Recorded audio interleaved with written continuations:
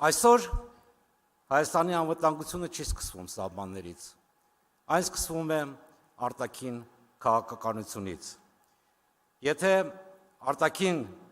քաղաքականությունը թույլ է, ամբողջ երկիրն է դառնում թույլ։ 2020 թվականից հետո մենք հայտնվեցինք նոր իրականության մեջ։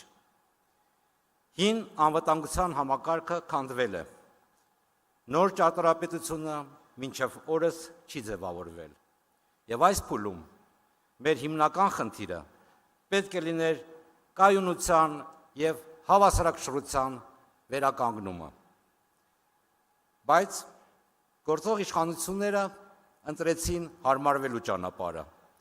ընդունելով վատտարացող միջավայրը և ենթարկվելով ճնշմանը։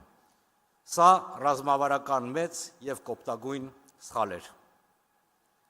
Եվ այսօր դրա հետևանքները ակնհայտ են։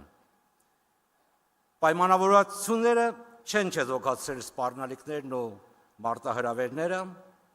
լարվածությունը չի վերացել, իսկ մեզ առնչվող որոշումները հաճախ ընդունվում են առանց Հայաստանի մասնակցության։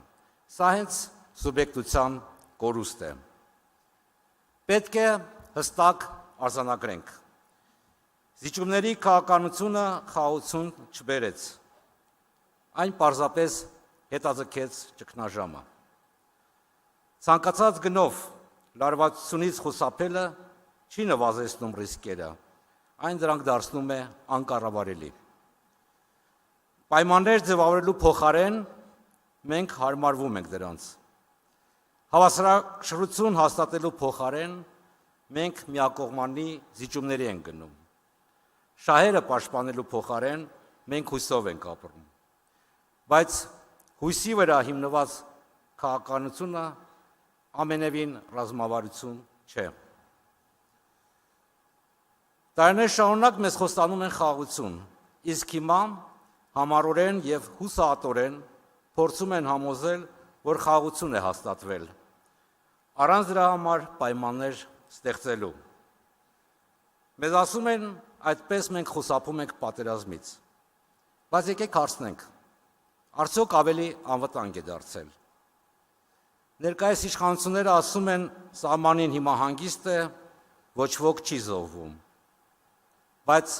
սահմանին հարաբերական լռությունը անվտանգության մակերեսային պատրանք է։ Փաստերը ցույց են տալիս, որ երկրի ռազմավարական խոցելիությունը ոչ միայն չի վերացել, այլ խորացել է։ Մեր անվտանգության վերաբերյալ որոշումները ավելի ու ավելի հաճախ են կայացվում Հայաստանից դուրս։ Տարածաշրջանային հավասարակշռությունը խախտվել է, իսկ պաշտպանական նոր մեխանիզմներ չեն ստեղծվել։ Նման ճակերտավոր խաղաղությունը պարզապես դադար է հաջորդ սպառնալիքից առաջ։ Ըստ էության, արտաքին քաղաքականությունը, որը հարմարվում է ճնշմանը, այլ ոչ թե կառավարում այն, ստեղծում է անվտանգության պատրանք, բայց ոչ իրական պաշտպանություն։ Ես մասնակցել եմ բանակցություններին։ Ես գիտեմ խոսքերի արժեքը։ Եվ եթե խաղաղություն բառը չի ամրապնդվում ուժով, այն արժեք չունի։ Առանց հավասարակշռության զիջումները խաղաղություն չեն բերում։ Դրանք նոր պահանջներ են առաջացնում։ Որքան շատ զիջումներ, այնքան բարձր կլինի հաջորդի գինը։ Սա փակուղի է, և մենք պետք է դա կանխենք։ Պետությունը չպետք է սպասի իրադարձությունների ծավալմանը,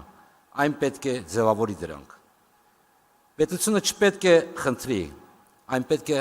կանխատեսի։ Պետությունը չպետք է հույս ունենա, այն պետք է ապահովի։ Ուստի գլխավոր հարցը այսօր հետևյալն է. ոչ թե ինչպես խուսափել ճնշումից, այլ ինչպես այն դարձնել անհնար։ Մենք ունենք պատասխանը, սա տեսություն չէ։ Սա անվտանգության գործնական բանաձևն է։ Հավասարակշռություն, զսպում, երաշխիքներ։ Հավասարակշռություն, որպեսզի մեր վրա չգործադրվի ճնշում։ Զսպում, որպեսզի որևէ մեկը չփորձի խախտել համաձայնությունները։ Երաշխիքներ, որպեսզի պայմանավորվածությունը դառնա պարտավորություն։ Միայն այսպես է հնարավոր ունենալ եւ անվտանգություն, եւ կայուն խաղաղություն։ Բաժանորդագրվեք Արմաթ մեդիայի ալիքներին սոցցանցերում, հետևեք մեզ նաև Արմաթ Մեդիա AM կայքում։